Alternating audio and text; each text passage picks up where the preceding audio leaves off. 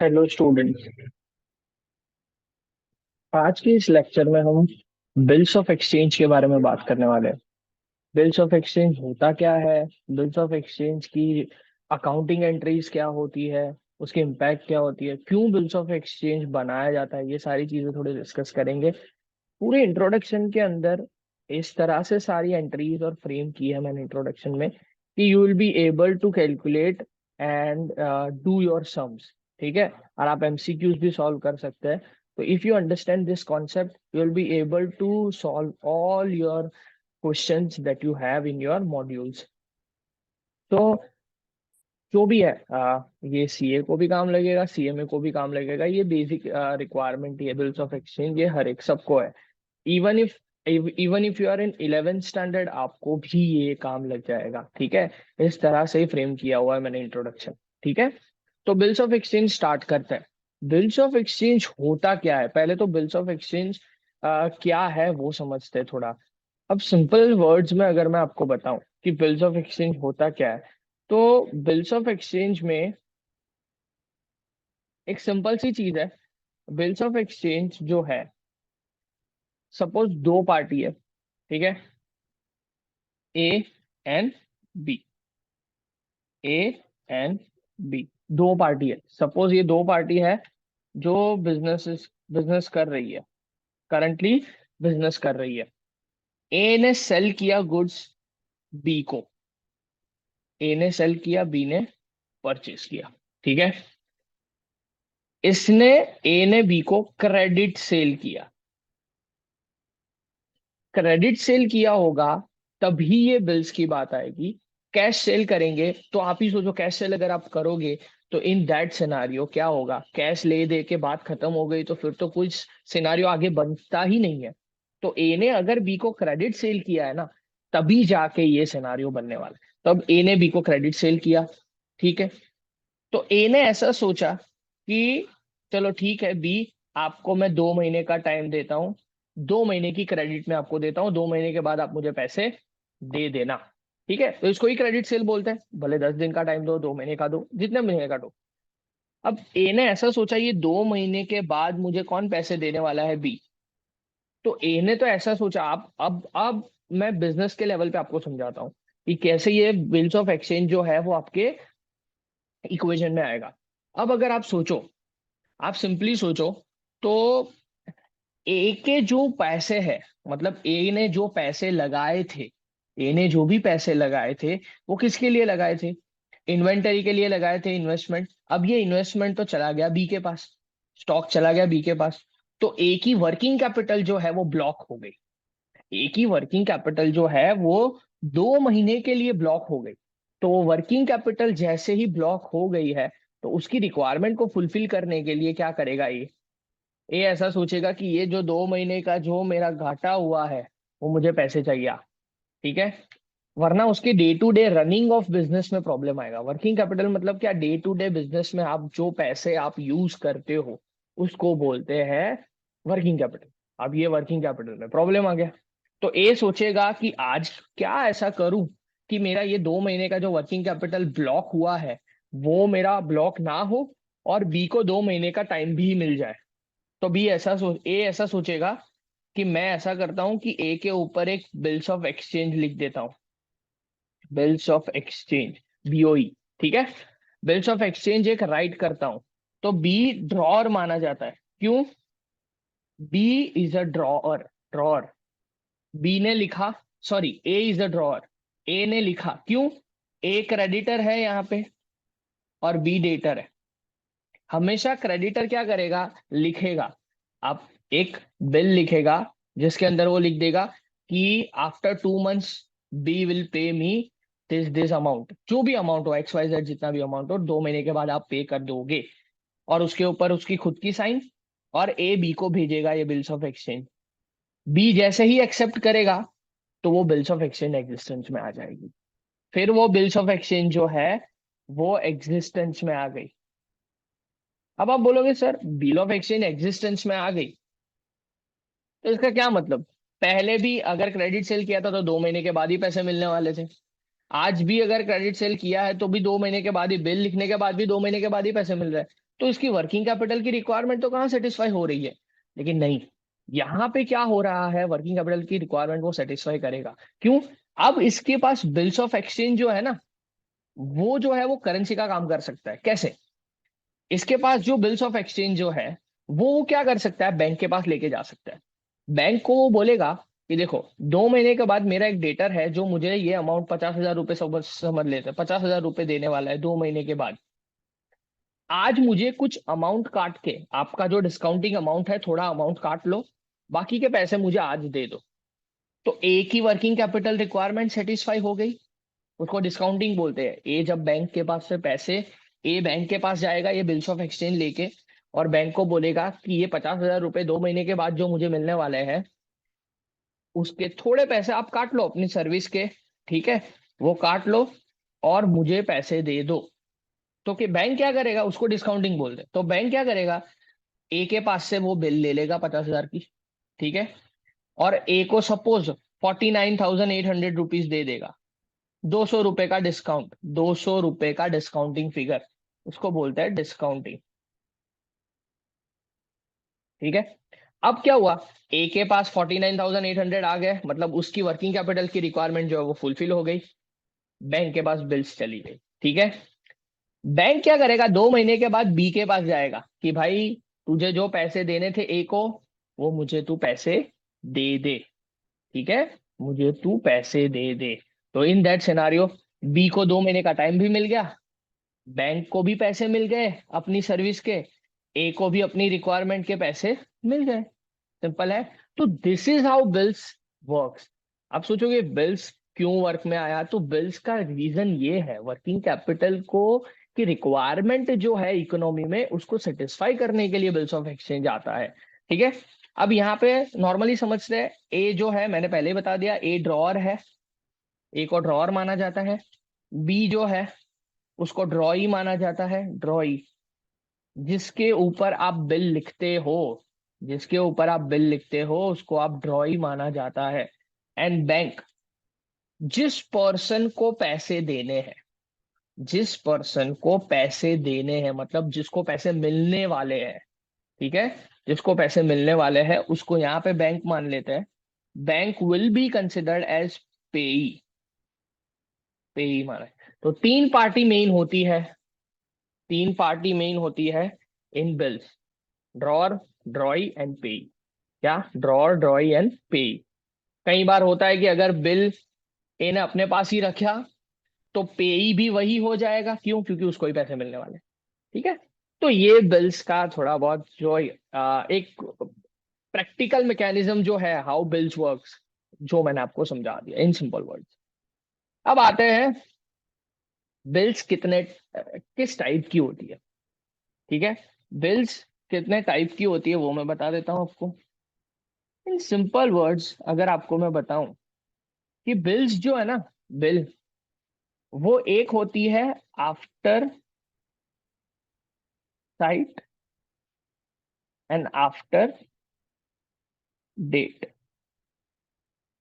एक होती है आफ्टर साइट, एक होती है after date. Suppose date wise बता देता हूं, सपोज 1 जनवरी को बिल ड्रॉ किया ए ने, ए बी से ही हम समझते हैं। 1 जनवरी को ए ने बिल ड्रॉ किया बी के ऊपर, ठीक है। अगर ये बिल आफ्टर साइट है ना, सपोज ये 2 महीने का ही है, नॉर्मली जो हमारा एग्जांपल है उसी को कंटिन्यू करूंगा मैं। 2 महीने का बिल है, 1 जनवरी को ए ने ड्रॉ किया बी के ऊपर। अब सपोज समझते हैं कि ये बिल अगर आफ्टर साइट होगा तो इसका इम्प्लीमेंटेशन क्या होगा। आफ्टर साइट मतलब, सिंपल बोलू ना, आफ्टर साइट मतलब साइट में आया, देखने में आया, सिंपल बोलू तो देखने में आया। तो आफ्टर साइट मतलब 1 जनवरी को बी ने ड्रॉ, ए ने ड्रॉ किया, लेकिन बी के पास वो चीज पहुंची 10 जनवरी को, 10th जनवरी को उसके पास बिल्स पहुंची, और बी ने 10 जनवरी के दिन एक्सेप्ट किया बिल। अब ये 2 महीने का जो पीरियड है ना, अगर ये बिल आफ्टर साइट है, क्या बोल रहा हूं मैं, अगर ये बिल आफ्टर साइट है तो ये 2 महीने का जो पीरियड है वो स्टार्ट होगा 10th जनवरी से। सिंपल है, वो स्टार्ट होगा 10th जनवरी से, जब एक्सेप्ट होगा बिल तब से स्टार्ट होगा। वो पीरियड काउंट करना। सिंपल है। एंड अगर ये बिल आफ्टर डेट होता, अगर ये बिल आफ्टर डेट होता, तो ये बिल का स्टार्टिंग पॉइंट 1 जनवरी होता। 2 महीने जो काउंट हम करने वाले हैं वो 1 जनवरी से ही काउंट करेंगे। सिंपल है। तो वापस बता देता हूँ, दो टाइप की बिल होती है, एक आफ्टर साइट होती है, एक आफ्टर डेट होती है। एक एक तीसरा भी बिल होता है, वो ऑन डिमांड होता है। ऑन डिमांड मतलब क्या? जब कभी भी ए ने डिमांड किया कि भाई मुझे पैसे चाहिए, तो पैसे दे लेंगे, that's it, that is our word. तो ये इंपॉर्टेंट वाली जो दो है वो ये है, after sight and after date. After sight मतलब सिंपल बोलूं तो, आफ्टर साइट मतलब जिस दिन आपने बिल ड्रॉ किया, जिस दिन आपने बिल ड्रॉ किया वो नहीं समझना है। जिस दिन एक्सेप्ट किया गया, डेटर ने जिस दिन एक्सेप्ट किया, उस दिन से वो पीरियड काउंट होगा जितना उन्होंने डिसाइड किया है 2 महीने का। सिंपल है। एंड अगर आफ्टर डेट है तो जिस दिन ड्रॉ किया उसी दिन से वो पीरियड काउंट करना चालू कर दो आप लोग। सिंपल। अब ये तो समझ लिया हमने। इसके बाद आता है आफ्टर डेट। इसकी ड्यू डेट कैसे कैलकुलेट करना है और मैच्योरिटी डेट कैसे कैलकुलेट करना है। ठीक है। Due date and maturity date.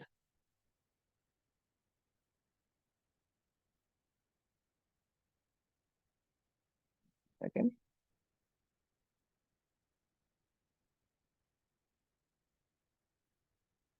Due date देखो, पहले हम ड्यू डेट को समझ, ड्यू डेट के बाद मैच्योरिटी डेट आएगी।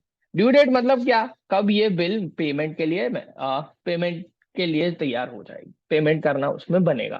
सिंपल है। तो अब हम स्टार्ट करते हैं। सपोज ड्यू डेट यही 2 महीने वाला करते हैं। सपोज 1 जनवरी के दिन, 1 जनवरी, मतलब इसको अच्छे से लिख देते हैं हमेशा डेट को ऐसे, इसको जब भी मैच्योरिटी या ड्यू डेट निकालते हो तो इस तरह से लिखो, 1 जनवरी 2020 लिख देते हैं। ये आपने ड्रॉ किया। सपोज ये बिल आफ्टर साइट है, ठीक है, आफ्टर साइट है। तो एक्सेप्ट कब हुआ था? 10 जनवरी को, 10 जनवरी 2020। तो हमारा 2 महीने का जो पीरियड है वो स्टार्ट कब होगा? 10 जनवरी के दिन स्टार्ट होगा। 10 जनवरी के अंदर मैं 2 मंथ्स को ऐड कर देता हूँ। मंथ्स है ना, तो मंथ्स की कॉलम में ही ऐड करेंगे। देखो डेज होगा तो डेज की कॉलम में मैं ऐड करूंगा, मंथ है तो मंथ की कॉलम में मैं ऐड। तो 2 मंथ्स, तो यहाँ पे 2 मंथ्स ऐड कर दो। तो 10/3/2020 ये आपकी ड्यू डेट हो जाएगी। जितने महीने हैं जितने दिन हैं वो ऐड कर दो, उसके बाद जो डेट आएगी उसको हम ड्यू डेट मानेंगे। It is that simple. ठीक है। उसको हम क्या मानेंगे? Due date. अब ड्यू डेट मतलब नॉर्मली इस दिन को पैसे लेना बनता है, इस दिन को पैसे लेना बनता है। लेकिन नॉर्मली लॉ क्या बोलता है कि देखो भाई, थोड़ा बहुत तो ग्रेस देना पड़ता है। तो जिस दिन आपका ड्यू डेट आया ना, ड्यू डेट के अंदर 3 दिन डेज ऑफ ग्रेस, भगवान के 3 दिन आप दे दो। 3 दिन, डेज बोला तो डेज की कॉलम में मैं ऐड कर रहा हूं। 10+3, 13/3/2020, ये हो गई उसकी मैच्योरिटी डेट। सिंपल है। ये आपका क्या हो गया? Maturity date. सिंपल है। मैंने क्या किया? पहले 2 महीने ऐड किए, वो ड्यू डेट आ गया। ड्यू डेट में हमेशा आपको ऐड करना है डेज ऑफ ग्रेस, तो एक मैच्योरिटी डेट आएगा। इस दिन तो आपको पेमेंट करना ही पड़ेगा। सिंपल है। अब यही बिल अगर ये आफ्टर डेट होती, या आफ्टर डेट होती तो क्या होता? 1 जनवरी 2020 के दिन से ही आपका 2 महीने का पीरियड स्टार्ट। सिंपल है। तो उसके अंदर मैं प्लस करता हूँ 2 महीने, तो 2 मंथ्स, मंथ्स की कॉलम में ऐड कर दो। 1+2 3, 1 ऑफ मार्च 2020। इसके अंदर ये ड्यू डेट हो गई। इसके अंदर डेज ऑफ ग्रेस ऐड करो। कितने दिन? 3 दिन। हमेशा डेज ऑफ ग्रेस हमेशा 3 ही रहेगा, डेज ऑफ ग्रेस हमेशा 3 ही रहेगा। 3 दिन ऐड कर दो, 4/3/2020। ये आपका हो गया मैच्योरिटी। सिंपल है। इसको बोलते हैं मैच्योरिटी डेट। सिंपल। अगर डेज में होता, अगर डेज में आपकी बिल होती कि सपोज डे 90 डेज का बिल है, 90 डेज का बिल है, तो 90 डेज भी हम कैलकुलेट कर सकते हैं, डेज में ऐड करने पड़ेंगे। सपोज ये आफ्टर डेट है बिल 1/1/2020, सपोज 30 डेज का ले लेते हैं, दैट वुड बी इजी। अगर डेज बोला है ना बिल में, डेज, तो डेज में कॉलम में ही वो ऐड करना है। तो 1 जनवरी में 30 डेज ऐड करो, प्लस 30 डेज। तो 31 जनवरी 2020 that would be your due date.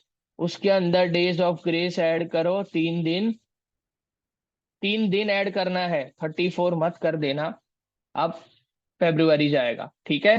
तो फेब्रुवरी में मतलब 3rd of February 2020, ये आपकी मैच्योरिटी डेट हो जाएगी। सिंपल है, डन। ये आपकी मैच्योरिटी डेट। तो how you should calculate your maturity date, this is how it is. अब उसके बाद आता है दो नॉर्मल से दो दो रूल है, वो याद रखना है।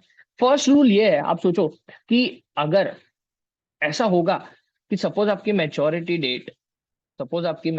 डेट जो है वो कब आता है, मैच्योरिटी डेट आपका एक पब्लिक हॉलीडे पे आ रहा है।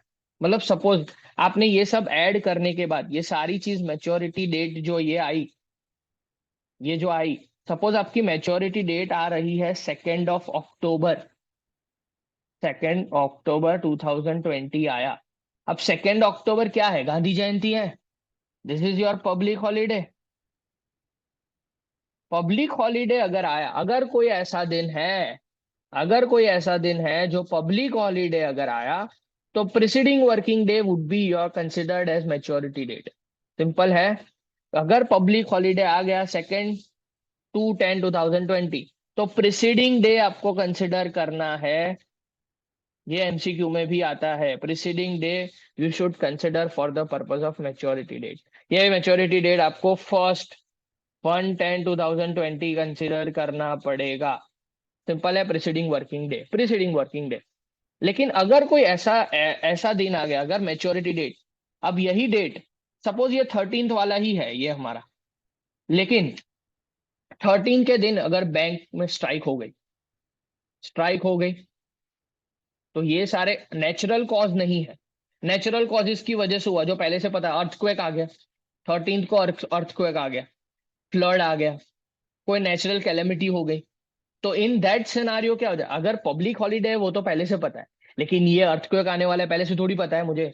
तो अर्थक्वेक आने वाला है पहले से पता नहीं है, तो फिर इन दैट सिनारियो क्या करना पड़ेगा, नेक्स्ट डे, ठीक है, सब्सिक्वेंट डे। तो इन दैट सिनारियो अगर आपका कोई भी ऐसा हुआ, क्या हो रहा है कि आपका कोई नेचुरल कैलेमिटी हो गया, पब्लिक हॉलीडे नहीं है लेकिन किसी और वजह से, नेचुरल कैलेमिटीज की वजह से, नेचुरल कॉजेस की वजह से आपका वो डे जो है वो खराब हो गया, मतलब काम नहीं कर पा रहे हो आप उस दिन से, तो उसका नेक्स्ट डे मतलब 14/3/2020 would be your maturity date. Simple है। तो ये आपको कंसिडर करना है। डन। तो इतनी चीज है जो आपको बिल्स के बारे में कंसिडर करनी है। अब अकाउंटिंग एंट्रीज पे आते हैं। अब सर बोलो, सर आपने पूरी गाथा तो कर ही दी है, मैंने आपको पूरा एक फ्लो बता दिया कि how bills of exchange works, what it is. तो अब एंट्रीज समझते हैं। एंट्रीज तो बहुत ही ईजी है, बहुत ही ईजी है। देखो मैंने जो समझाया ना, अगर वो समझ आ गया तो एंट्रीज ऐसे समझ आ जाएगी आपको, ठीक है। चलो फर्स्ट से स्टार्ट करते हैं। Suppose two parties are there, A and B। A and B, goods are sold on credit, ये तो मैंने ऑलरेडी बता दिया, क्रेडिट पे सेल करेंगे तो ही बिल जाएगा। अकाउंटिंग एंट्रीज मतलब सिंपल बोलू ना, तो नॉर्मली जो बिजनेस ट्रांजेक्शन हुआ है उसको अकाउंटिंग लैंग्वेज में लिखना, उसको बोलते हैं अकाउंटिंग एंट्री। सिंपल है। तो सपोज दो पार्टी है, A and B। गुड्स का क्रेडिट पे सेल हुआ है, ठीक है, गुड्स क्रेडिट पे सेल हो रहा है। ये जो एंट्री है, लेफ्ट साइड वाली जो एंट्री है वो इन द बुक्स ऑफ ए है, ठीक है, और राइट साइड वाली जो एंट्री है वो in the books of B है। ये बता देता हूं इतना, ठीक है। ये राइट साइड वाली एंट्री जो है वो in the books of B है, हर जगह पे, हर जगह पे। एंड लेफ्ट साइड वाली जो एंट्री होगी वो ए की बुक में, ए क्रेडिटर है, बी डेटर है। सिंपल है। तो अब हम स्टार्ट करते हैं। Goods are sold on credit, तो अगर सेल किया, ए ने सेल किया, अगर बुक, ए ने बी को सेल किया, तो ए अपनी बुक में नॉर्मल क्रेडिट सेल की एंट्री करेगा, B account debit to sales account, but obvious है B is the receiver and sales account credit, तो बी टू सेल्स। सिंपल है।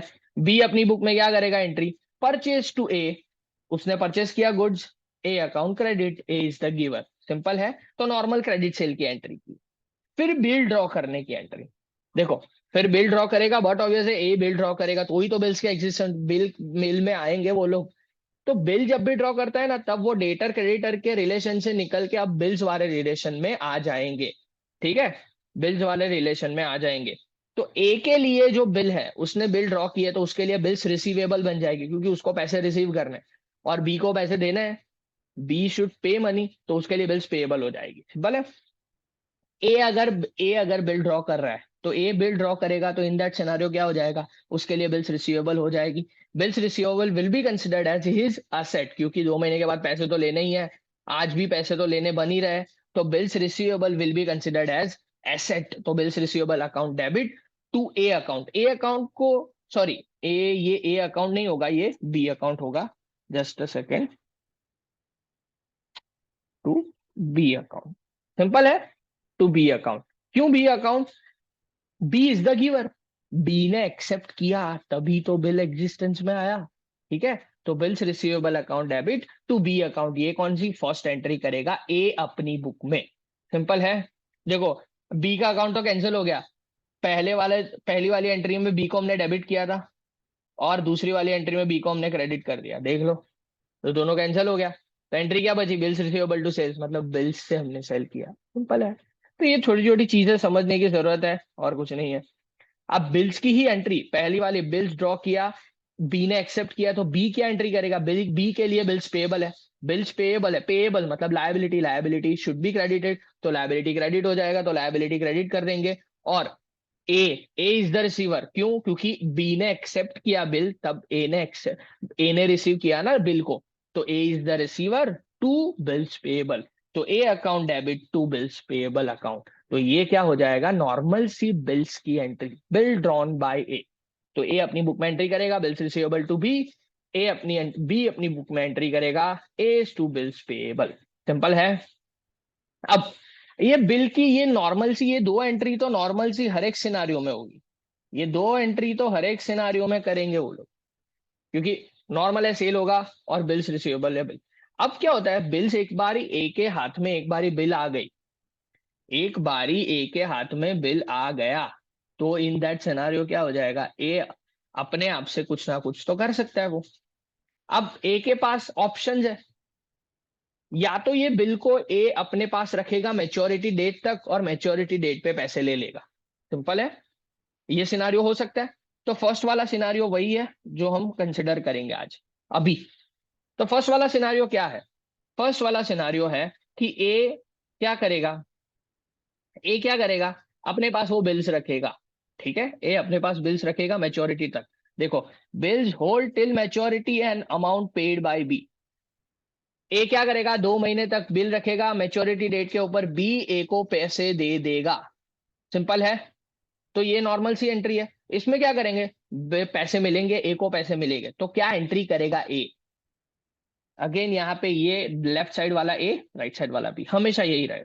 तो ए अपनी बुक में क्या एंट्री करेगा, बिल्स मैच्योरिटी तक अपने पास रखा बिल उसने, ए के पास पैसे आए ना, तो ए बैंक अकाउंट डेबिट लिखेगा या cash account debit to bills receivable. अब बिल्स रिसीवेबल खत्म हो गई, बिल्स रिसीवेबल चली गई ना। अब बिल्स रिसीवेबल जो एसेट लिखा था, एसेट के पैसे मिल गए मुझे, तो बैंक अकाउंट या cash account debit to bills receivable account, वही एंट्री करेगा, ये रही एंट्री।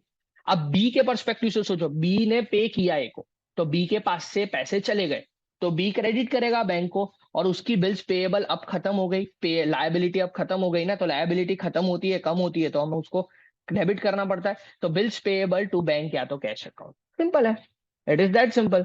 नॉर्मली अगर आप मैच्योरिटी तक, बी ए होल्ड करेगा मैच्योरिटी तक और अमाउंट पे कर देगा बी ए को, तो इन दैट सिनारियो यही होने वाला है। डन। अब दूसरा सिनारियो, अब यही चीज में अगर डिसऑनर आ गया, डिसऑनर बहुत इंपॉर्टेंट चीज है। अभी सपोज मैं आपको बताऊं डिसऑनर क्या होता है। सपोज ए ने 2 महीने के लिए बिल लिखा था बी के ऊपर, जो हमारा नॉर्मल एग्जांपल है वही कंटिन्यू कर रहा हूं। ए ने 2 महीने के लिए बिल ड्रॉ किया था बी के ऊपर। 2 महीने के बाद मैच्योरिटी डेट के ऊपर जब ए बी के पास गया पैसे लेने के लिए, तो बी ने बोला, ठन ठन गोपाल मेरे पास कोई पैसे नहीं है, मैं आपको पैसे नहीं देने वाला। तो अगर आप बोलोगे कि यार मैं पैसे नहीं देने वाला है, तो ये तो डिसऑनर हो गया। इसको बोलते हैं डिसऑनर, कि जब मैच्योरिटी डेट के ऊपर बी जो है वो ए को पैसे नहीं दे पाएगा। सिंपल है, जो रिस्पॉन्सिबिलिटी है वो फुलफिल नहीं कर पाएंगे, अमाउंट पे नहीं कर पाएंगे, तो इन दैट सिनेरियो उसको बोला जाता है डिसऑनर। ठीक है, तो अब डिसऑनर होगा तो पहले क्या हुआ था, नॉर्मली मैं समझा रहा हूँ, नॉर्मली ए और बी ने क्या किया था, डेटर और क्रेडिटर के रिलेशन को छोड़ के उन्होंने बिल्स के रिलेशन में एंटर किया था, ठीक है ना। अब क्या करेंगे, डेटर और क्रेडिटर का, अब बिल्स के रिलेशन को छोड़ के डेटर क्रेडिटर के रिलेशन में वापस आना पड़ेगा, क्यों, क्योंकि बी ने अपनी रिस्पॉन्सिबिलिटी फुलफिल नहीं की। सिंपल है। तो अब क्या करेंगे, नॉर्मली ए क्या करेगा, ए बोलेगा भाई बी, वापस मैं मेरी बुक में तुझे डेटर बना रहा हूँ। सिंपल है, वापस मैं मेरी बुक में तुझे डेटर बना रहा हूँ। सिंपल। अब यहाँ पे एक और चीज आ जाती है। अब सपोज मैं ए हूँ, सपोज मैं ए हूँ, आप बी हो, मैंने आपके पास मेच्योरिटी डेट के ऊपर आया एस बी, आपने बोला भाई मेरे पास पैसे नहीं है, तो मैं क्या सोचूंगा, अब ये रिस्की इंसान हो गया, अब ये रिस्की है, मैं लॉयर को पकड़ूंगा, लॉयर को बोलूंगा भाई तू मुझे ऐसा लिख के दे कि इस बंदे ने बिल्स डिसऑनर किया है, तो इसको एज अ डेटर इस वाप इतने पैसे देने पड़ेंगे। सिंपल है, ये इन ए का डेटर है बी, और बी को ये इतना अमाउंट, स्पेसिफाइड अमाउंट देना पड़ेगा, और मैं उसके ऊपर स्टैंप लगाऊंगा, मेरी साइन कराऊंगा और उसकी भी साइन लूंगा, बी की भी। ठीक है। अब ये सारी प्रोसेस मैंने करवाई क्योंकि मेरी सेफ्टी करने, मैं एक्टर नहीं पकड़ूंगा, मुझे वकील के पास जाना पड़ेगा, ये मैंने सेफ्टी करवाई। ठीक है। अब ये सेफ्टी जो मैंने करवानी पड़ती है उसको नोटरी बोलते हैं। तो इसको नोटरी बोलते हैं, तो उसके ऊपर कौन सा चार्ज लगता है, नोटिंग चार्ज। अब ये ऐसे तो वकील मुफ्त में तो कुछ नहीं करेगा, तो उसने जो चार्ज लिया होगा चार्ज लगेगा। अब ये चार्ज जैसे ही लगा, ये चार्ज जैसे ही लगा, तो इन दैट सिनारियो क्या हो जाएगा, अब मैं बोलूंगा बी को भाई देख तेरी गलती की वजह से मैंने ये नोटिंग चार्जेस भुगता है, तो तू ही मुझे ये चार्ज देगा। सिंपल है। कभी भी डे जो है मैं कभी भी बेयर नहीं करूंगा, आपकी गलती की वजह से मुझे खर्चा हुआ, तो मैं क्यों बेयर करूं वो खर्चा, आपके पास से मांग लूंगा। सिंपल है। तो ए क्या करेगा, अपनी बुक में डिसऑनर अगर हुआ, यही सिनारियो, अगर मैच्योरिटी तक उसने अपने पास बिल रखा और डिसऑनर हो गया, तो वो क्या करेगा, एंट्री इन दैट सिनारियो वो एंट्री करेगा, बी अकाउंट डेबिट, बी के पास से पैसे लेने हैं, बी डेटर बना दिया, देख लो बी को डेटर बना दिया, बिल्स रिसीवेबल को छोड़ दिया, बिल्स रिसीवेबल चली गई, and to cash, to cash क्यों लिखा, नोटिंग चार्जेस जो अभी करंटली तो ए ने भुगता होगा, पे करंटली मैंने किया होगा, लेकिन आपके पास से लेना पड़ेगा। तो सपोज ये बिल 50,000 की थी, तो क्या 50,000 की जो बिल थी ना, मैं क्या करूंगा, बिल्स रिसीवेबल क्रेडिट कर दूंगा 50,000 से 50 के, और 100 रुपए का सपोज, तो 100 रुपए लिख दूं मैं नोटिंग चार्जेस, तो बी के पास से किसने पैसे लेने हैं, 50,100 रुपए, 50,100 रुपए बी के पास से मुझे लेने हैं, मतलब आपके पास से मुझे लेना है। सिंपल है। अब बी क्या एंट्री करेगा, बी अपनी बुक में एंट्री करेगा, bills payable account debit. Simple है। बिल्स पेएबल, ये बैंक नहीं आएगा, जस्ट अ सेकेंड।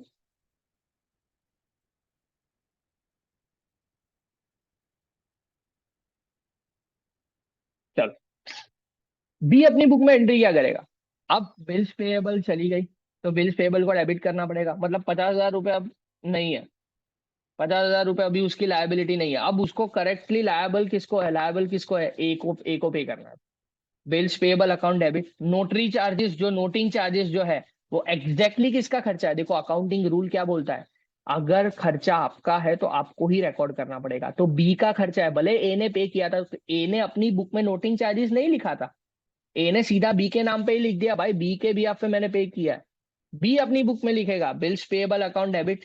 क्यों, बिल्स पेएबल अकाउंट डेबिट करना पड़ेगा क्योंकि bills payable account, bills payable अब नहीं बचा, बिल्स अब नहीं बचा, अब डेटर क्रेडिटर के रिलेशन में जाना पड़ेगा, तो bills payable account debit, noting charges account debit to A's account. क्यों, बिल्स पेएबल के 50,000 रुपए, नोटिंग चार्जेस मैंने बोला कि 100 रुपए नोटिंग के लगे, और ए को टोटल जो लायबिलिटी, ए को जो पैसे पे करने हैं 50,100 रुपए उसको पे करने पड़ेंगे, तो ये 50,000, 100 रुपए, 50,100, तो ये हमारा नॉर्मल सा फर्स्ट सिनारियो हुआ। फर्स्ट सिनारियो क्या बोलता था कि अगर आप मैच्योरिटी तक क्रेडिटर जो है अपने पास बिल होल्ड करेगा, अगर मैच्योरिटी तक बिल होल्ड करेगा, तो इन दैट सिनारियो या तो ओनर होगा या डिसओनर होगा, ओनर होगा तो बहुत ही सिंपल सी एंट्री है, बैंक या कैश टू बिल्स रिसीवेबल, वो करेगा बिल्स पेएबल टू कैश या बैंक अकाउंट। सिंपल है। लेकिन अगर डिसओनर होगा तो वापस डेटर क्रेडिटर्स के रिलेशन में आना पड़ेगा, B account debit to bills receivable to cash या बैंक, नोटिंग चार्जेस का अकाउंट पहले जो है वो पे करेगा, लेकिन वो रिसीव किसके पास से करेगा, बी के पास से। बी अपनी बुक में क्या करेगा, bills payable noting charges to A account. It is that simple. Bills payable अब नहीं रहा, नोटिंग चार्जेस नहीं रहा, टू ए अकाउंट। सिंपल है। तो आज के लेक्चर में इतना रखते हैं, फिर सेकंड सिनारियो है। नेक्स्ट लेक्चर में हम पूरा बिल्स का इंट्रोडक्शन और कंप्लीट कर देंगे। थैंक यू सो मच आज के लेक्चर के लिए। नेक्स्ट सेशन के अंदर पूरा इंट्रोडक्शन हम कंप्लीट करेंगे। आज के लिए इतना जो है वो रिवाइज कर देना, ताकि नेक्स्ट जो समझाऊं वो आप रिलेट कर पाओ।